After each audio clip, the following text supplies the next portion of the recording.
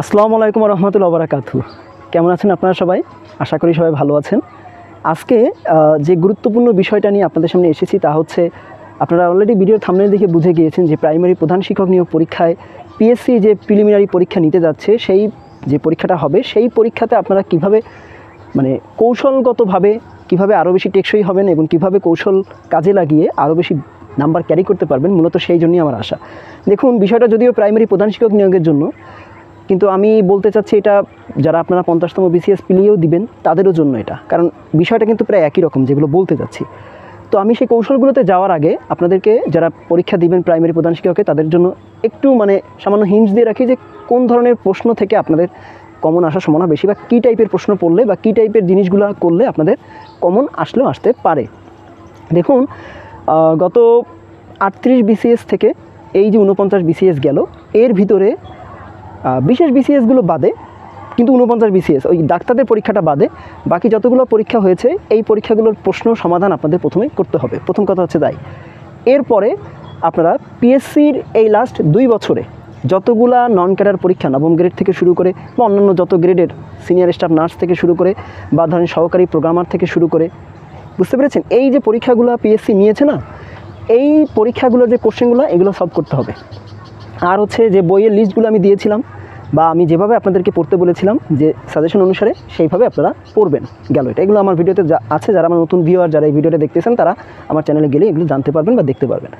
এখন যে কথা সেটা হচ্ছে, আপনি এই প্রস্তুতি নিলেন, আশা করি এইভাবে যদি প্রস্তুতি নেন এবং যদি সহকারী শিক্ষক অর্থাৎ সহকারী যে শিক্ষকের যে পরীক্ষাগুলো গত কয়েক টার্মে হয়েছে, বিশেষ করে 3-4 টার্মে, তার যে প্রশ্নগুলো আছে না, সেই প্রশ্নগুলো দেখলেও, অর্থাৎ এই সিলেবাসে যে 4টা টপিক আসবে সেই 4টা টপিকের উপরে ওই প্রশ্নগুলো পড়লেই আপনাদের হয়ে যাবে ইনশাল্লাহ।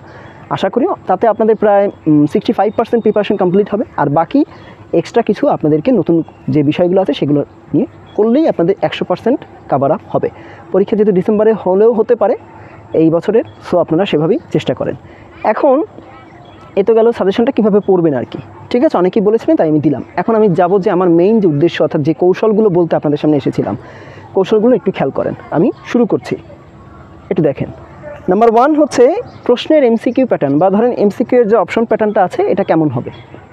দেখেন, আপনারা একটু ভিডিওর স্ক্রিনের দিকে তাকান, দেখবেন যে সেখানে যেটা আছে, আমরা সাধারণত যে প্যাটার্নে অভ্যস্ত সেটা দেয়া আছে উপরে, এবং 35 বিসিএসে যে প্যাটার্নে এসেছিল প্রশ্নটা সেটা দেয়া আছে নিচে।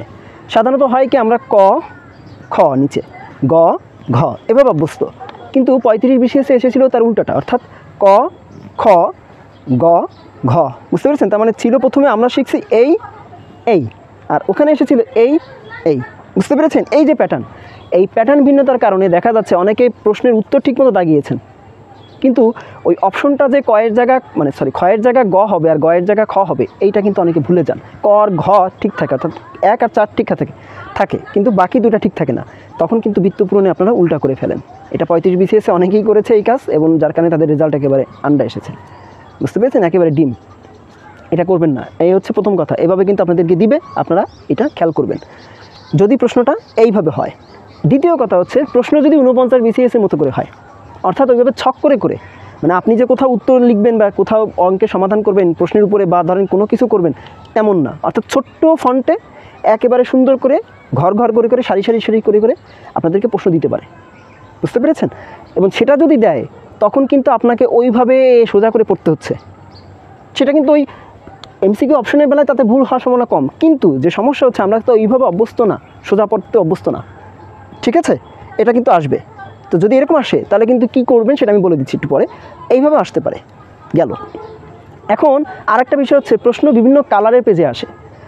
49 বিসিএস বা 47 বিসিএস আপনারা দিয়েছেন যারা বিসিএস প্রশ্নগুলো দেখেন, আপনারা জানেন যে প্রশ্নগুলো কালার পেজে হয়।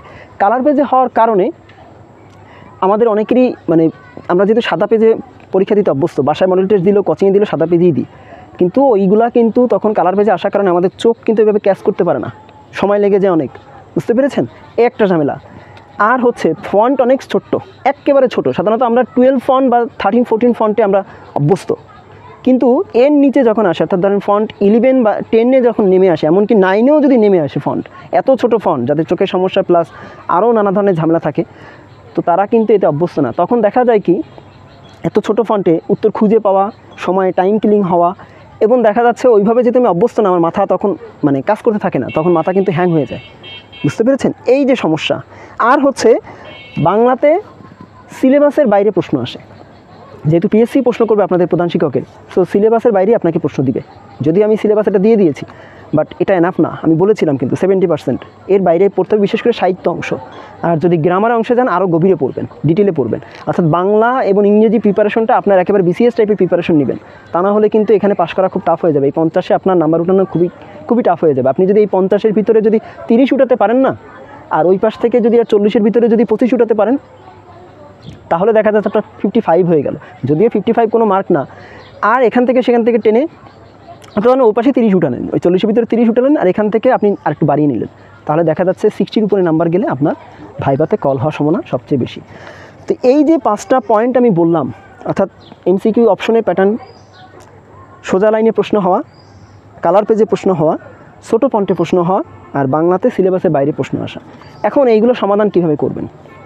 দেখেন, এমসিকিউগুলো যখন প্রশ্ন প্যাটার্নটা এদিক সেদিক হচ্ছে, যদি কোনো মডেল টেস্ট আপনার বই থেকে থাকে, বা যদি কোথাও আপনি এই টাইপের প্রশ্ন পেয়ে থাকেন, তো যেখানে আপনার 35 বিসিএসের মতন ক, খ, গ, ঘ না দিয়ে ক, গ, খ, ঘ এভাবে যদি দেয়, তাহলে আপনি সেই মডেল টেস্টগুলো বা সেইগুলো কমপ্লিট করার চেষ্টা করেন আগে, কারণ এইভাবে আপনাদের পরীক্ষায় আসতে পারে। বা যদি অতীতে এই ধরনের কোনো প্রশ্ন থেকে থাকে, জব সলিউশন খুলে দেখবেন সেইভাবে, তাহলে সেইগুলোকে মানে বাসায় বসে প্র্যাকটিস বেশি করেন, তাহলে আপনাদের চোখের মানে যে এই যে ঝামেলাটা এটা চলে যাবে, প্লাস ক্যারি করার মানে কোনো কিছু ধরার যে বিষয়টা এটা সহজ হয়ে যাবে। বুঝতে পেরেছেন? নাম্বার 1। এবার আসেন সোজা লাইনে। এখানে একটু ভালো করে শুনবেন। যখন আপনি বাসায় বসে প্র্যাকটিস করতেছেন, খুব ভালোভাবে শুনেন, তখন আপনার তো মডেল টেস্ট বই আছে বা বিভিন্ন কারেন্ট অ্যাফেয়ার্স থেকে আপনার প্র্যাকটিস করবেন, জব সলিউশন থেকে। আপনারা করবেন কি, কয়েকটা কোশ্চেন ধরেন আপনি পরীক্ষা দিতে চান, আপনি ওইগুলোকে বাজারে নেবেন, যেহেতু নিজেদের সময় থাকবে না, বাজারে নিয়ে ওই বই বলবেন কি ভাই, যারা কম্পোজ করে তাদের বলবেন কি ভাই, এই কয়টা মডেল টেস্ট আপনারা আমাকে করে দিবেন, ধরেন 2টা মডেল টেস্ট বা 3টা মডেল টেস্টের প্রশ্ন, এই 3টা মডেল টেস্টের প্রশ্ন, ঠিক আছে, 90 মার্কের প্রশ্ন আপনারা করবেন, আমি দাগাই দিচ্ছি এখান থেকে এই পর্যন্ত করবেন। আপনি কিন্তু ভিতরে পড়তেছেন না, জাস্ট দেখাই দিচ্ছেন যে এখান থেকে এই কোশ্চেনটার এই পর্যন্ত করবেন। আপনারা যখন করবেন কম্পোজ, তখন ওইটাকে এই সোজা ছক আকারে মানে করবেন, অপশনগুলো সোজা ছক আকারে দিবেন, মানে প্রশ্নটা ছক আকারে যাবে। এই এক সিস্টেমে আপনারা কম্পোজ করিয়ে নিয়ে আসবেন। তাই যদি হয় তাহলে কী হবে দেখেন তো, ওইটা আপনি বাসায় বসে যখন পরীক্ষা দিবেন নিজে, তখন ওইখান থেকে আপনি ওইভাবে দেখে করলে আপনার প্র্যাকটিস হয়ে যাবে। গেল এটা। প্লাস আপনার তো মডেল টেস্ট আছে বই, বা আপনি কিনলেন, সেখান থেকে যে পেজগুলোর পরীক্ষা দিবেন বা যে মডেল টেস্টগুলো পরীক্ষা দিবেন, ওই মডেল টেস্টগুলো আপনি বাজারে যাবেন ফটোকপি দোকানে, যে কালার পেজ নিয়ে যাবেন, বা তাদের কাছে কালার পেজ আছে, বলবেন কি এইগুলোকে কালার পেজে ফটোকপি করে দাও আমাকে, এবং সাইজটা ছোট করে আনবেন, ফন্টের সাইজ ছোট হবে। বুঝতে পেরেছেন? একেবারে ছোটো, অর্থাৎ দেখা যাচ্ছে ওরা তো ফটোকপি করলে তো ওদের সাইজ ছোটো বড় করা যায়, ওখান থেকে একেবারে ছোটো করে এনে মোটামুটিভাবে অ্যাটলিস্ট 9 বা 10 ফন্টের যে বিষয়টা থাকে, 10 ফন্টে আনলি এনাফ, এই 10 ফন্টে এনে সেই প্রশ্নটাকে আপনারা কালার পেজে সুন্দর করে 3-4 কালারের, অর্থাৎ যতগুলো কালার আসে, ধরেন হলুদ, লাল, সবুজ এই টাইপের, বা সাদা, বা ধরেন ওই যে ছাড়ার বস্তার যে কাগজ দিছিল 49 বিসিসি, ওর যে ওই কর্ণফুলী কাগজের মতো করে যে কালারটা, ওই কালারের পেজগুলোতে আপনি ফটোকপি করে নিয়ে আসবেন, বা তাদের কাছ থেকে যেভাবে হোক ম্যানেজ করে নিয়ে আসবেন, এনে বাসা বসে ওইভাবে পরীক্ষা দিবেন। তাতে হবে কি জানেন, আপনাদের পুরো একেবারে পরীক্ষার হলের পরিবেশ যত ধরনের খারাপ আসুক, আপনি তার জন্য পুরোপুরি প্রস্তুতি নিতে অভ্যস্ত, এবং সেভাবে অভ্যস্ত হয়েছেন বলে আপনি পরীক্ষায় সেভাবেই বসতে পারবেন। বুঝতে পেরেছেন? এটা গেল। আর বাংলা সিলেবাসের কথা যেটা বলছি, বাইরে থেকে যেহেতু আসে প্রশ্ন, সো আপনারা আরও ডিপলি পড়েন, বিশেষ করে বাংলা সাহিত্য জিজ্ঞাসা যে বইটা আছে ডক্টর সৌমিত্র শেখর স্যারের, ওই বইটা ভালো করে পড়েন, অথবা লাল নীল দীপাবলি পড়েন। প্লাস 9-10-এর জন্য যে গ্রামার বইটা আছে, ওখান থেকে গ্রামারগুলো বেশি করে পড়েন। বিভিন্ন জায়গায় আমি নেটেও দেখেছি, বিভিন্ন জায়গায় হুবহু পেয়েছি যে ওইখান থেকে একেবারে সম্পূর্ণভাবে হুবহু তুলে দিয়েছে, আপনাদের জন্য সুবিধা হবে। আমি ওই বইগুলোই সাজেস্ট করেছি, একটু পড়েন, ভালো করতে পারবেন। তো এই গেল হচ্ছে যে কৌশলগুলো আপনি কাজে লাগিয়ে এগোতে পারবেন। এখন এটা তো গেল, কৌশলগুলো তো লাগালেন, প্লাস আপনাকে আমি যে প্রশ্নগুলো সমাধান করতে বলেছি আপনাদেরকে, সেগুলো আপনারা করলেন।